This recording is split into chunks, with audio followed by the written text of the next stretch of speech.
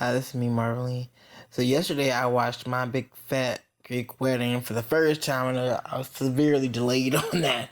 Um, it was all the rush when it came out. Like it was like the big deal, and it was a good movie. I don't like the best movie I've ever seen or anything like that. But man, I think it depends on what you like, what your taste is like.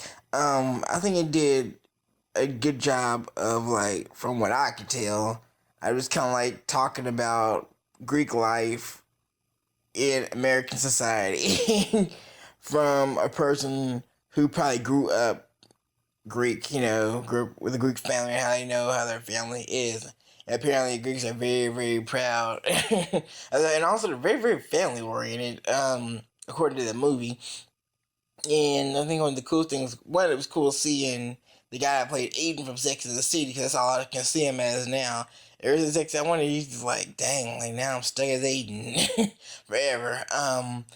If I hadn't seen Sex and the City and then watched it, then I wouldn't have him perceived like that. But I kind of see him like that, and I only see him as like really like I guess versatile actor, and so to me, it just seemed like he was basically being Aiden in that movie, with Carrie being removed, just Aiden by himself. It's like Aiden pre-Carrie, and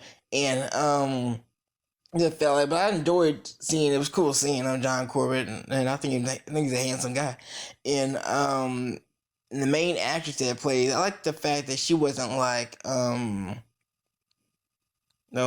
over the top, pretty. She wasn't like some supermodel or anything. She was kind of like you know girl next door type of girl.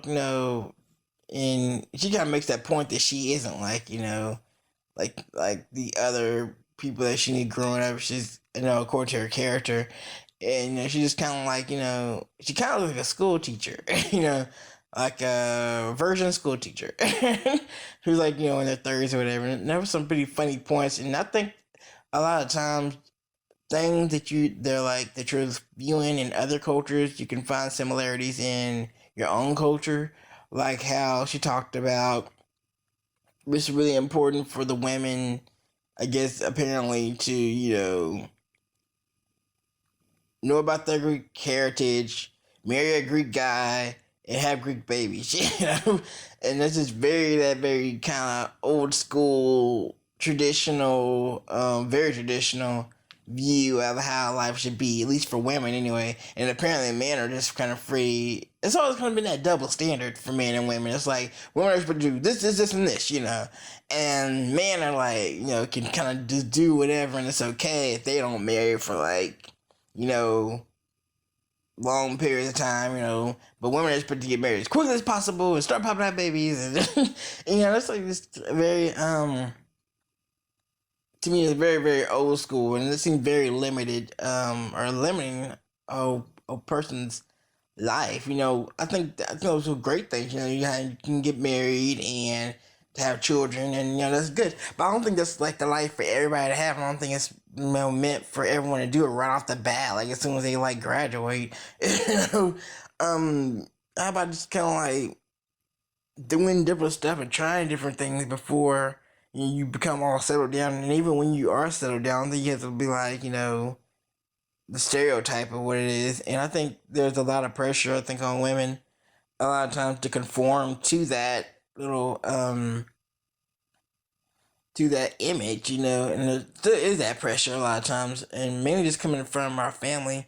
Um, family, they want us to see what their version, or want to see us happy, but they want to see their version of what they think happy is a lot of times, and their happy and our happy doesn't always match up, because because especially if you're like a type of person who doesn't really go with the flow a lot, or doesn't really go with what other people say, because you feel, or you don't feel like that's for you. You feel like there's something different for you that you have to do. You have to do, I think, what's in your heart and what you feel that's natural and what you enjoy to do.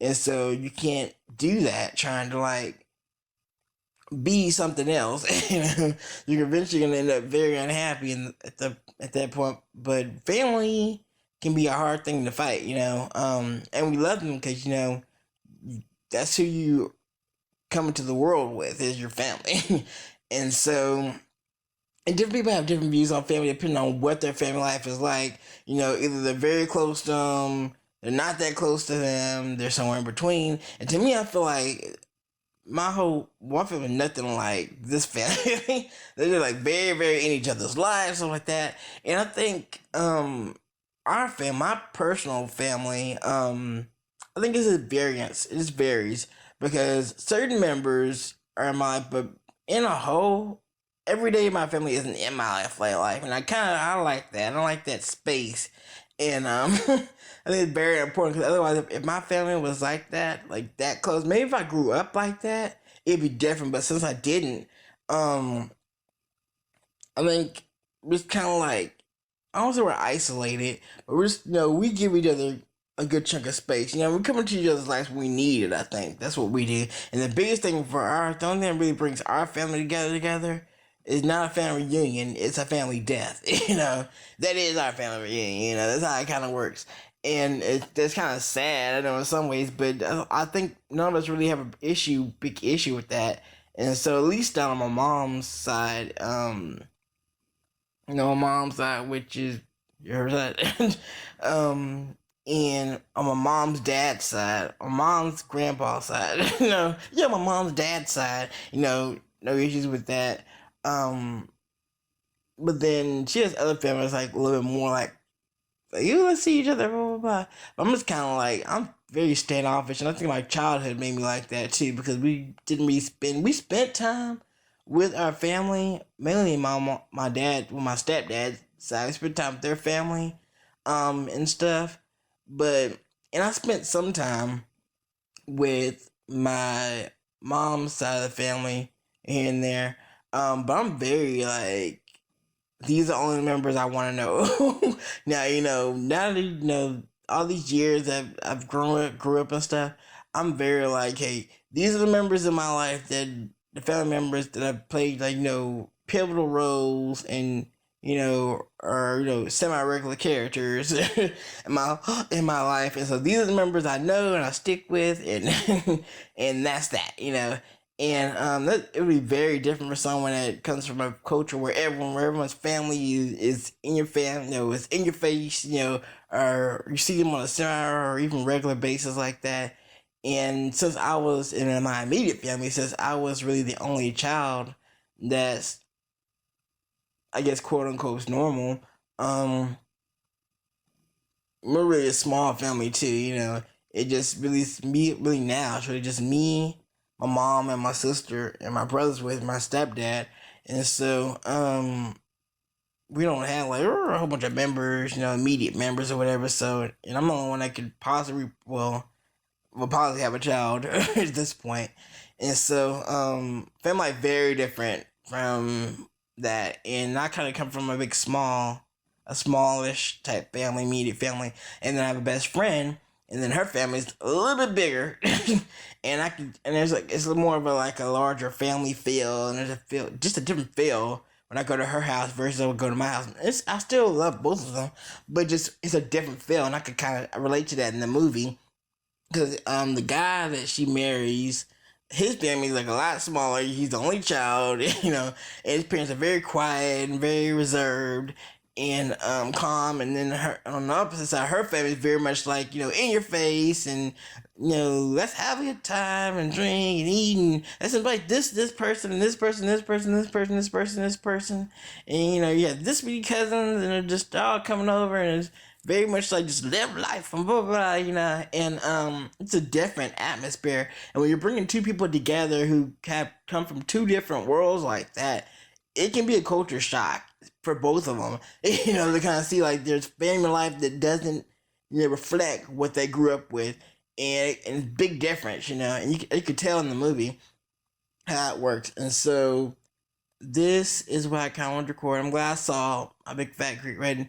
I liked it. I think it was a cute little movie. I think it made some points about that. I think some stuff was kind of funny. Like, if she mentioned about how her dad was like, apparently you can cure everything with Windex. It's like, that was random. But I think that's true of a lot of cultures. Not so much not specifically Windex, but just that I think every culture kind of has that one cure-all deal, and it's like, no matter where they, and I know we have one too that I grew up with. I can't think of what it was, but I'm pretty sure there's always something and you just cure with this and it'll go away, and and it's like, yeah, okay, and I think I think on some basic level it's true, but you really can't just use it for everything. You know, solve like just every little issue. And it's kind of like this little head because like no matter each culture is different. And there's for some very specific things to each culture, and but there's some similarities there too. These banks have their version. I'm doing like there's a version of someone blessing someone else, or their version of or the cure is for everything, or their version of how to handle this issue. And one thing I thought was kind of funny too, and I've kind of seen in other cultures where when her dad found out that she was getting married to this non-Greek guy, he was very like upset about it. He felt like it was something she was personally doing to him, like something she like just going out of her way to like to hurt him with it. And and she's like listening to this, and she's like, "No, this isn't something. I'm not gonna have a personal vendetta towards you, and I'm trying to like take it out on you right now. It's just something that happened, and he's a good guy." And no, he isn't Greek, but we're happy together and we fit together, and but he really took that personally. He felt that in tune and that close with his family to where actions like that were being taken, he felt like those are going against him himself when it doesn't follow what he had taught her all the years about Greeks and this and Greek and that and Greek and that and Greek all the time. And it's it's kind of like just kind of funny. Okay, and I also like to make a side note too. Okay, so they have Joey Fatone in there from NSYNC, which I think I'm not sure if they put him in there just trying to make like a sell point. I think that's what they tried to do, because I'm like, he's in it, but he isn't in it. I mean, he had like a little cameo here and there, but I mean, it isn't like he's in it, and his name's the last name you see out of all the actors' names, which is appropriate. But sometimes they make the last person's name that you see one of the bigger actors for some reason, I've noticed in movies. And so, but yeah, I have his name, and I'm like, okay. And so he's in it, yeah, but it feels like it just feels like a cameo thing. That's what it feels like. And I was like, okay, and like he probably has all of like 5 lines. So if that even, and they try to keep the camera on him like during like a little like wedding dance scene a little bit, but I'm just like, was this really needed? I think the movie could have carried on okay enough, but I kind of felt like they did that just because of his name and for the movie, for NSYNC or whatever. And I was like, and also I'd like to make a side note. I'm not sure because it was about 2002 when that movie came out, so I think the whole NSYNC thing was over at that point. So I think he was I have to kind of look and see where the NSYNC thing, but yeah, I think it was over by that point in time, or it was about to be. I think he probably was in that celebrity phase from that album, I believe. And so but yeah, I know he's about to come to the end of his run pretty soon. But I was like, yeah, why is he in this movie? I guess because he actually is naturally Greek. That's all I can assume. But he didn't have like no big old part or nothing. It's like, y'all could have cast somebody else as that character and probably saved some dollars. It's like, so you go. From what I was seeing, I'm glad I had like a really big budget to work with, and it wasn't really one of the movies that had to have a big budget. Just had to have the right kind of actors and just be natural, doesn't seem, and we don't want it to seem like it was like being overacted or anything, because it wasn't movies where they really need to have great actors. They just need to have people that fit certain types, to be in the movie. And there were some funny lines too, like the part where I guess the aunt found out that, like, I always want to call him Aiden, John Corbett's character. Well, I forgot his character's called in the movie.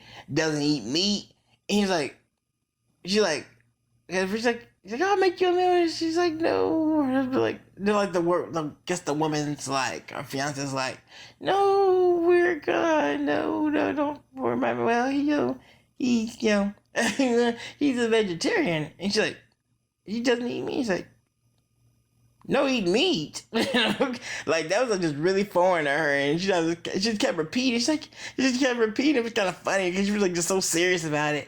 And then finally she's like, oh, that's fine. When he comes, I'll just make lamb.